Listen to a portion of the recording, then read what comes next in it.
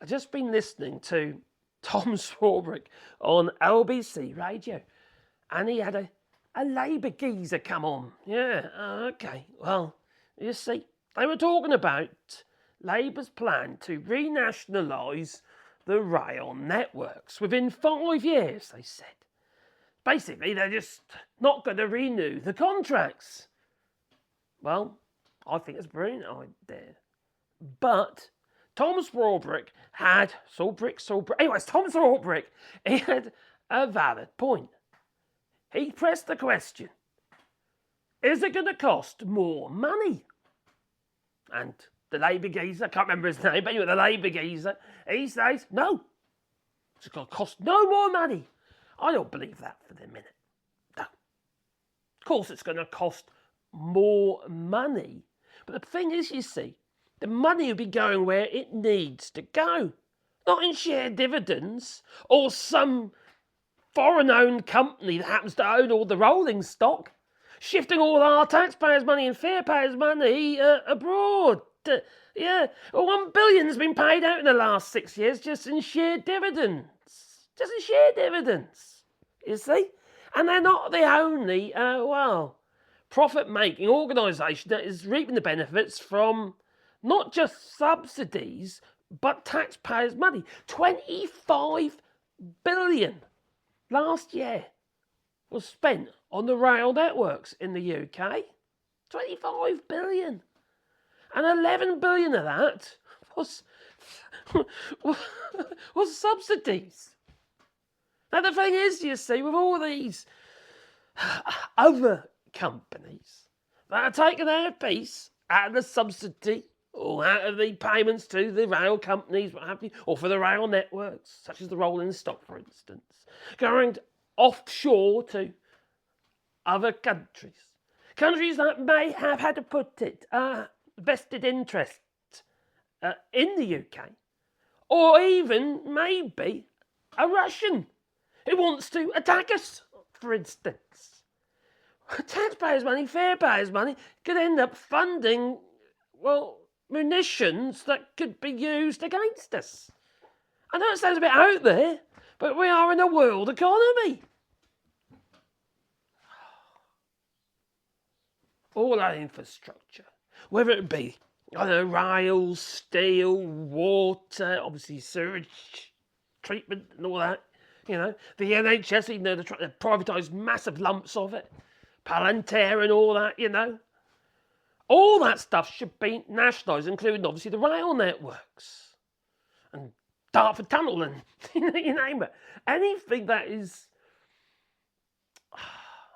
of massive importance for the basic running of the infrastructure. The infrastructure. That's the right word, isn't it? The infrastructure in the United Kingdom. Because without that, the country can't function. And we have to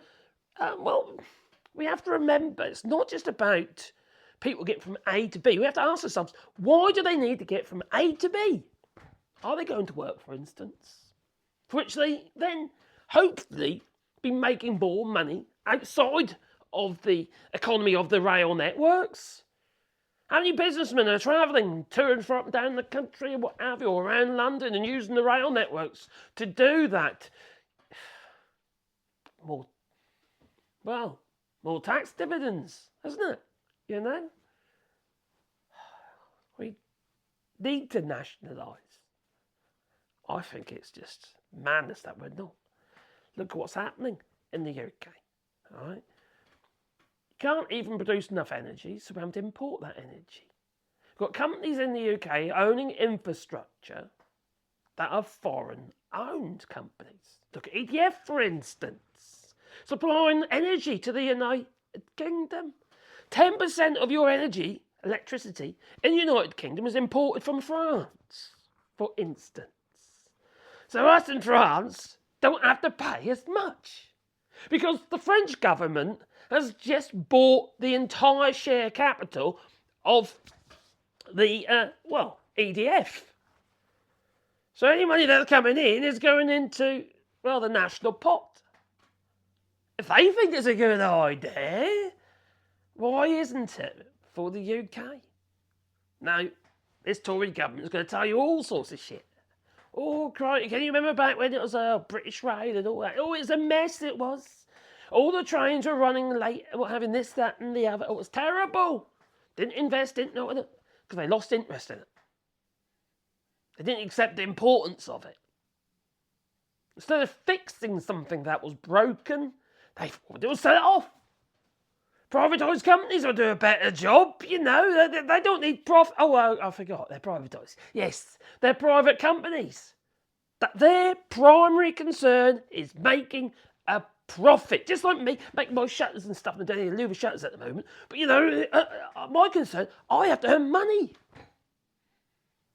from making these shutters. There has to be a profit. So privatised companies are not going to invest above the bare minimum service levels, are they? Why would they? Unless they're going to make more money. It's not good business otherwise, is it? Whereas an actual nationalised company, you'd be investing for the interests of the country in the future. Not about whether or not you're still going to be privatised in the future. Oh, obviously the share cap it plummeted on this announcement of because let's be honest, the companies and the investors and the shareholders, well, they're shitting themselves now. They are, because they could lose everything. Yeah. All of a sudden, the companies that own the actual, the companies that have the contracts with the government or the country at the moment could have no value. All of a sudden, overnight, just like that. And it's those companies which the shareholders have shares in. It could cause some problems, though, where you got things like, pensions, for instance, have been secured on shares. You see, it's been a dead cert. All these years this has been going on for. These investors knew, well, let's be honest, 25-odd billion been spent on the rail every single year, isn't there, you know? It was more back during the pandemic. But in the, last year, 2022, 2023, it was 26 billion, actually. It's a dead cert, wasn't it? For these companies, there's no incentive for them to invest above the baseline, just to provide a minimum level of service, and they're even failing on that. Just crazy. All this has been, ever since it's been privatised, it's been a cash cow. It's been a cash cow for other organisations and companies and what have you to make money.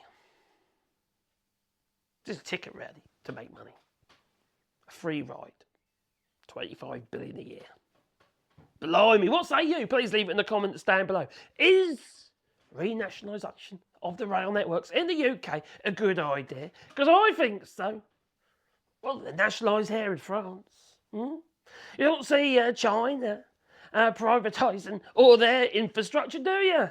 No. Okay, it's a communist country, but no, you don't. Because it doesn't make any sense. Now, you can't put Russia into this one, no, because Putin's all about, he is one great big privatised company, and it's just his company, and it's him, taking all that money for that great big mansion and what have you, but there's people in Russia are suffering, but we'll invade another country. That's that's a bit of a distraction. Anyway, what say you? Please leave it in the comments down below. Toodaloo.